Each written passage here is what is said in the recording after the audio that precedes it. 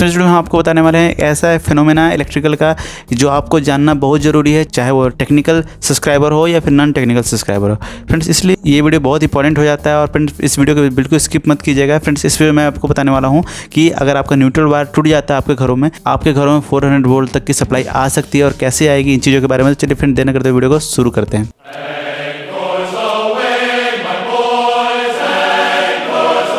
Friends हम यहाँ पे आपको एक अरेंजमेंट दिखा रहे हैं। इसमें एक मान लीजिए यहाँ पर एक घर है, एक दूसरा घर है, एक तीसरा घर है। ऐसे गांव में फ्रेंड्स 3 घर 30 घर या 300 घर तक होते हैं। सिटीज़ में भी इस तरह के होते हैं। तो ये हर एक घर जितने होते हैं सारे एक लोड की तरह एक्ट करते हैं। और ये जो लोड होते हैं जैसे आर फेज़ में एक लोड हो गया, वाई फेज़ में एक लोड हो गया और बी फेज़ में एक लोड हो गया। फ्रेंड्स मैं आपको 3 ही यहाँ पर घर को दिखा पा रहा हूँ क्योंकि फ्रेंड्स एक्चुअल में फ्रेंड्स ये घर इससे ज़्यादा ही होते हैं। तो और लोड भी जो होता है की तरफ से इक्वल डिस्ट्रीब्यूशन में रहता है। तो फ्रेंड्स मैं आपको बता रहा हूँ जैसे कि ये 3 घर आप देख पा रहे हैं। तो एक घर में आर सप्लाई किया है, दूसरे घर में वाई सप्लाई किया है और तीसरे घर में बी सप्लाई किया है, यानी कि रेड येलो और ब्लू सप्लाई किया है। जैसा कि आपको पता है 3 फेज़ में 3 कलर होते हैं, ठीक है। और एक न्यूट्रल जो कि फ्रेंड्स हर एक घरों में सिंगल फेज सप्लाई चाहिए, इसलिए यहाँ पर न्यूट्रल वायर जाता है। तो फ्रेंड्स आप सोच रहे होंगे कैसे ये 400 वोल्ट आ सकता है, क्योंकि हम तो सिंगल फेज सप्लाई यूज़ कर रहे हैं अपने घरों में। एक एग्जाम्पल के थ्रू मैं आपको बता रहा हूँ। जैसे कि ये आपका 3 घर मैंने आपको शो कर रहा हूँ।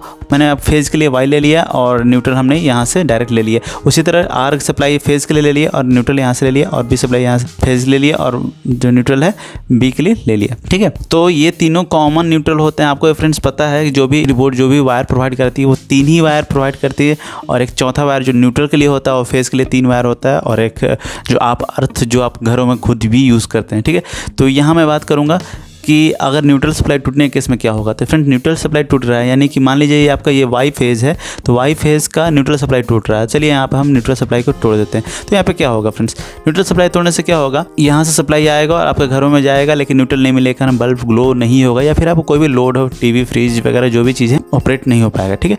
तो ये हुआ आपका न्यूट्रल सप्लाई टूटने पर इस केस में। यहाँ पे आपका न्यूट्रल सप्लाई टूटता है इस केस में, ठीक है। तो चलिए हम न्यूट्रल सप्लाई कनेक्शन दे देते हैं यहाँ से।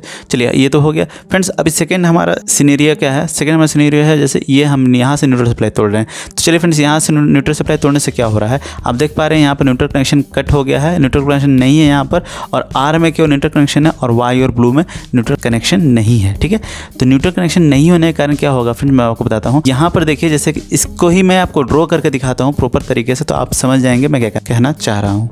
यहाँ फ्रेंड्स मैं इसके बारे में बात कर रहा था। ये जो मैं आपको एक सर्किट बना के दिखाया हूँ, ये जो सर्किट है इसके इक्विवेलेंट है, क्योंकि फ्रेंड्स आप देख पा रहे हैं जैसे कि ये ब्लू है, देखिए ये ब्लू यहाँ से वायर आया है और यहाँ पर R3 लगा हुआ, देखिए फ्रेंड्स ये R3 लगा हुआ और यहाँ से यहाँ तक न्यूट्रल है, मतलब कि यहाँ से यहाँ तक न्यूट्रल है। और ये R2, ये देखिए फ्रेंड्स R2 लो कि आपका लोड है, सेकंड घर का लोड है, ये बीच वाला येलो घर का लोड है फ्रेंड्स, और ये येलो फेज गया है इसमें, ठीक है।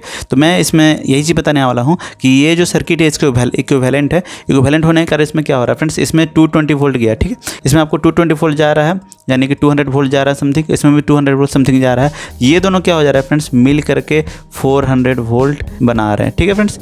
ये मिल करके 400 वोल्ट बना रहे हैं। 220 मिल के जा रहा है, 400 वोल्ट्स बना रहे हैं। आपको पता है फ्रेंड्स, अगर न्यूट्रल और फेज़ के बीच अगर वोल्टेज हम कंसीडर करेंगे तो 230 वोल्ट मिलता है, और phase two phase voltage consider करेंगे तो फ्रेंड्स उसमें 400 वोल्ट मिलता है।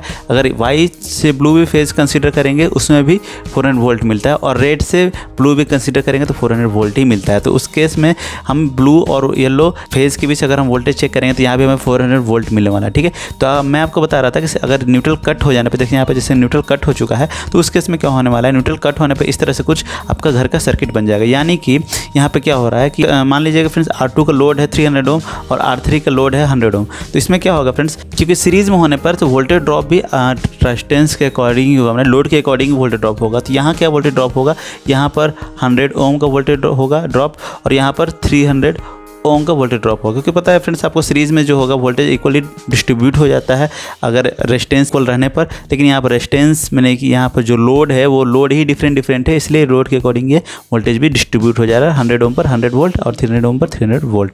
तो फ्रेंड्स आप देख पा रहे हैं कि अगर न्यूट्रल यहाँ पर कट हो जाने के कारण यहाँ पर एक घर में, यानी कि एक घर में जो है 300 वोल्ट मिलता है और दूसरे घर में जो है 100 वोल्ट मिलता है। देख पा रहे हैं फ्रेंड्स यहाँ पर कितना डिफरेंस हो जा रहा है, यानी फ्रेंड्स कहीं अंडर वोल्टेज हो जा रहा है और कहीं पर ओवर वोल्टेज हो जा रहा है, ठीक है यहाँ पर। तो यही चीज़ मैं आपको बता रहा था कि अगर न्यूट्रल यहाँ पर टूट जाएगा तो कहीं पर ओवर वोल्टेज हो जाता है और कहीं पर अंडर वोल्टेज भी हो जाता है। फ्रेंड्स आप इस चीज़ को फील भी किए होंगे जब भी आप स्विच को ऑफ करते हैं या ऑन करते हैं तो आपके घरों का वोल्टेज जो है उसके अकॉर्डिंग कभी फ्लक्चुएट हो जाता है। फ्रेंड्स आप इन चीज़ों को ज़्यादा सिटी में या ज़्यादा ग्रामीण में फील करते होंगे। फ्रेंड्स ग्रामीण में क्या होता है कि लोड इक्वली डिस्ट्रीब्यूट नहीं होता है, जिस कारण से ये प्रॉब्लम फेस करना पड़ता है। कभी कभी ओवर वोल्टेज हो जाता है और आपके ओवर वोल्टेज होने के कारण घरों में जो भी आपका संलग्न जो भी चीज़ें जैसे कि फ्रिज, टीवी, कूलर जो भी हैं, ओवर वोल्टेज अधिक हो जाने के कारण वो ख़राब तक हो जाता है। फ्रेंड्स ओवर वोल्टेज ऐसे तो बहुत सारे कारण हैं, लेकिन मैं इस कारण के बारे में आपसे बात कर रहा हूँ कि ये न्यूट्रल अगर टूट जाने के कारण कितना प्रॉब्लम हो सकता है, कितना प्रॉब्लम एक कंज्यूमर को फेस करना पड़ता है, ठीक है फ्रेंड्स। और फ्रेंड्स ये दूसरे तरफ देखा जाए तो यहाँ पर अंडर वोल्टेज हो रहा था। अंडर वोल्टेज के कारण बहुत सारे लॉसेस हो जाते हैं, जैसे कि आपका कोई भी इक्विपमेंट होगा जो वर्क नहीं करेगा अंडर वोल्टेज होने का। जैसे आपका पंप जो होता है, मोटर का पंप जो होता है वो अंडर वोल्टेज के कारण वर्क नहीं करता है। तो ये सब कुछ नुकसान है। जैसे फ्रिज में भी जो मोटर होता है तो अंडर वोल्टेज होने के कारण फ्रिज भी वर्क नहीं करेगा। ये सब कुछ नुकसान होता है फ्रेंड्स। और इसमें क्या होता है कि ये आकस्मिक हो सकता है फ्रेंड्स। ये कोई ऐसा नहीं होता है कि ये शाम के समय में होगा या सुबह के समय होगा, ये आकस्मिक होता है।